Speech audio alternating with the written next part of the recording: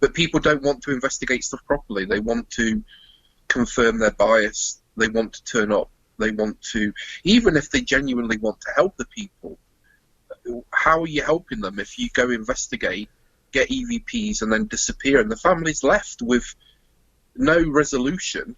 They've still got to live with that. I think I saw one where they were telling a family it was demonic, and then it had kids in one of the rooms who was a 13-year-old girl, and then they were just left.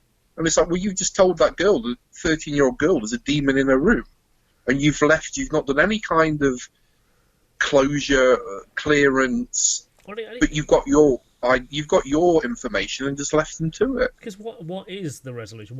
Is there a counselling resolution where you can take these people?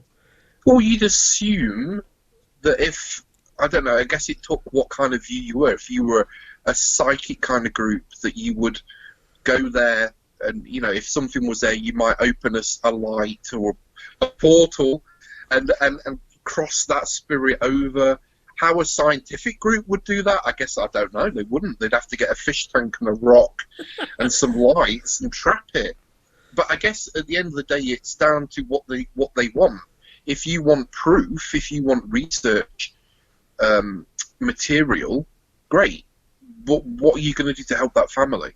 Yeah. You know, and if that family wants that spook gone, I think you have to go with a non-scientific, if that's even the real word, approach, and you would have to do some kind of clearing when you cross that spirit over, that maybe then it wouldn't be trapped. I guess it just depends on where your beliefs lie. But even that, though, is that nothing more than, say, a pseudo effect? It's like, oh, you've now seen the closure, now the activity stops. Because you perhaps just misunderstanding things that were there. So is it more of a case of as it's a placebo ritual? almost? Yeah, placebo ritual.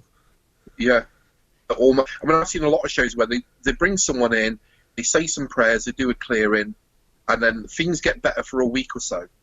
And I think that better is just placebo. Yeah.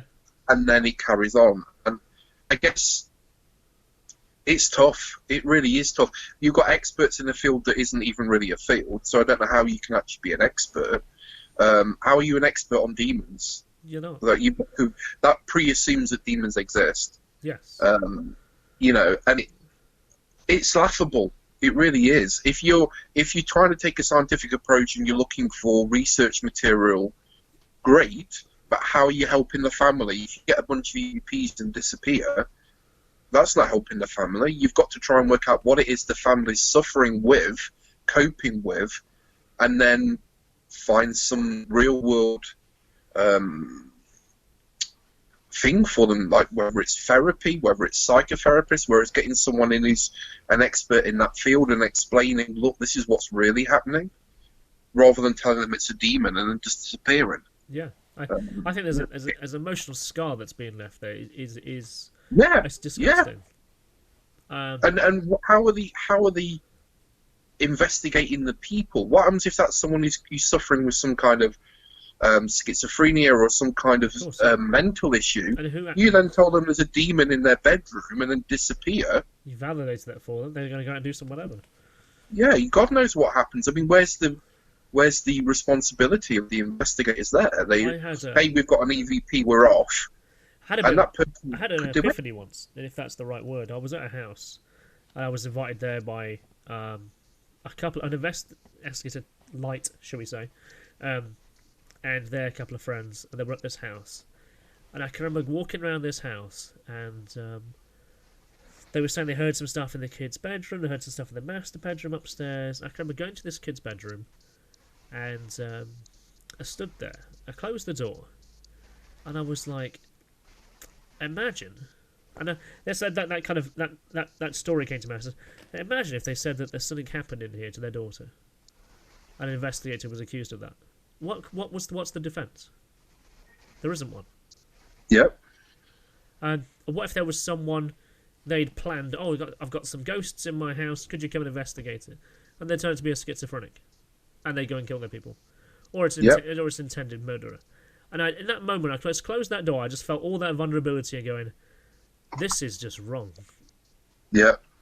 And I haven't done it since, apart from when we did with you guys. But I just did not I felt so vulnerable to what could be accused of, what could be stated. And we're talking Exactly. like 2013, 14 that happened. And I can just remember standing there going, if they said they had a kid in here and the kid said something, or that someone's touching me or whatever, or someone's hurting me, and then who's going to stop you getting arrested? Who's going to? You're really opening yourself up to a lot of stuff. And like I say, the danger that a person puts themselves in because they want to be a ghost hunter. You can go into the fucking woods and it's basically a bunch of guys in there who want to, I don't know, attack white guys. You know, you've seen that stuff in the news. They'll just happily draw people out. My thought of it is, okay, you're a ghost hunter. What are you going to do when you find it? Yeah. Like, if you're hunting deer, and you're a hunter and you go hunting deer, you find a deer, you trap the deer, you shoot the deer, you take it home. What are you going to do with a ghost? Well, you're a ghost hunter. What are you going to do with it? What is it you're trying to do? If you're trying to find material to explain the belief that there's life after death, great. But how's that helping the family?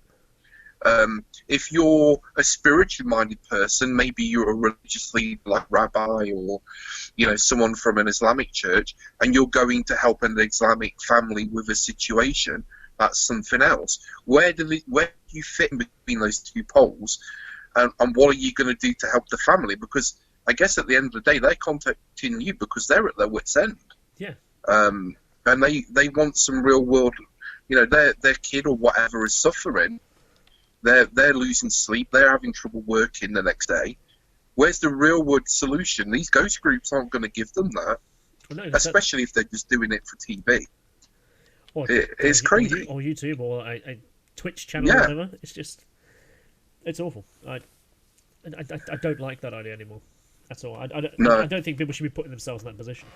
And like you say, you open yourself up to to libel and to lawsuits and all kinds of stuff because you've got no protection there. No. You know, you're in a bedroom with a kid doing an EVP session.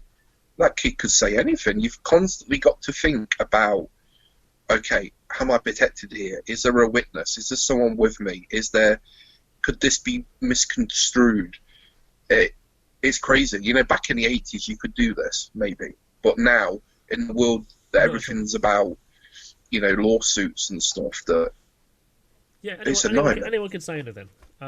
Yeah. There was no kid in there at the time. So I was there, and I could have gone through their underwear drawer. I could have gone through their clothes or something. Yeah. And it's like, what the fuck? Anyone could say anything. Because, like, can you imagine getting your team getting rang up the next day? Oh, my daughter's underwear is missing, or my son's clothes are missing. Yeah. Yeah. What the fuck? What could you say? Exactly. What could you say?